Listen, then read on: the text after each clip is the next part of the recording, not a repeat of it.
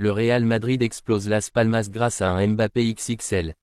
Large vainqueur de Las Palmas ce dimanche grâce à Kylian Mbappé, 4-1, le Real Madrid a repris la tête de la Liga.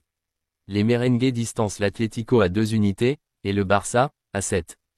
Kylian Mbappé, l'humiliation face au Barça est rangée dans la boîte à mauvais souvenirs. Une semaine après avoir été terrassés par leurs plus grands rivaux sur le sol saoudien, 5-2, les Madrilènes se sont joyeusement écartés des zones grises en explosant Las Palmas, 4-1. Jamais venu gagner à Santiago Bernabéu dans toute son histoire en Liga, le club des Canaries devra encore prendre son mal en patience, parce que ce soir, il a dû faire face à un Kylian Mbappé tout simplement irrésistible, auteur d'un doublé et impliqué sur les 4 buts. Pourtant, le vent tournait à l'avantage des visiteurs en début de match, qui griffaient en un coup de patte par l'intermédiaire de Fabio Silva, Lamine Yamal signe un nouveau contrat majeur avec la Chine. Un nouveau sponsor chinois pour Lamine Yamal.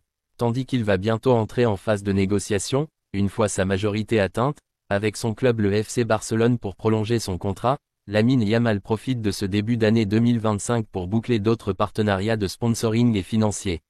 Barça, excellente nouvelle pour Ronald Araujo. Bonne nouvelle pour le Barça dans le dossier Ronald Araujo. Cadre du FC Barcelone, Ronald Araujo voit son avenir s'éclaircir. Un nouvel accord scelle une étape majeure dans sa carrière, un début d'année mouvementé pour Ronald Araujo. Le FC Barcelone entame 2025 avec un dossier brûlant autour de Ronald Araujo. L'international uruguayen, absent lors de la première moitié de la saison en raison d'une blessure contractée à la Copa América, avait fait son retour en janvier. Cependant, son nom a rapidement alimenté des rumeurs de départ. Parmi les prétendants, la Juventus Turin s'est montrée particulièrement intéressée. Sous contrat avec les Blaugrana jusqu'en 2026, Ronald Araujo aurait envisagé un transfert hivernal. Mais la direction catalane, emmenée par Joan Laporta, a fixé un prix élevé de 70 millions d'euros, décourageant ainsi la vieille dame. Cette décision a poussé le Barça à accélérer sur un autre front crucial, Florentino Pérez réélu président du Real Madrid. Florentino Pérez, président du Real Madrid. Une grande journée pour le Real Madrid. Un peu plus tôt ce dimanche, les pensionnaires du stade Santiago Bernabéu se sont imposés largement à domicile face à Las Palmas sous l'impulsion d'un grand Kylian Mbappé, 4-1.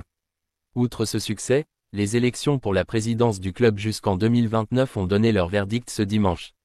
Et il n'y avait pas vraiment de suspense car Florentino Pérez, président du club depuis 2009, était le seul candidat à sa propre succession.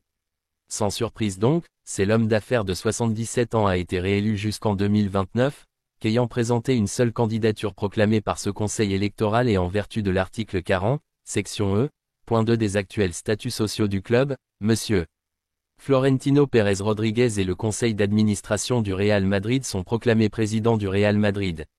Endrick, le phénomène qui transforme chaque minute en or. Avec son doublé en Copa del Rey face au Celta, le jeune Endrick est revenu sur le devant de la scène en Espagne.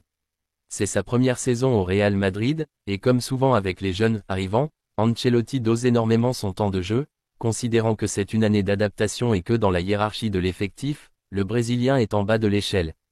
Cette saison, Endrick a disputé à peine 291 minutes, réparties en 17 apparitions, dont 13 d'entre elles où il a joué moins de 15 minutes. Un temps de jeu famélique, mais qui n'empêche pas l'ancien de Palmeiras de briller. Son entrée fracassante face au Celta de Vigo, avec 2 buts dans les prolongations qui ont permis au Real de se qualifier, en est l'illustration parfaite, l'attaquant a besoin de peu pour se montrer décisif. Endrick est d'ailleurs le jouet des grands championnats européens qui dispose du 3e meilleur ratio de buts marqués par minute jouée, un but toutes les 73 minutes.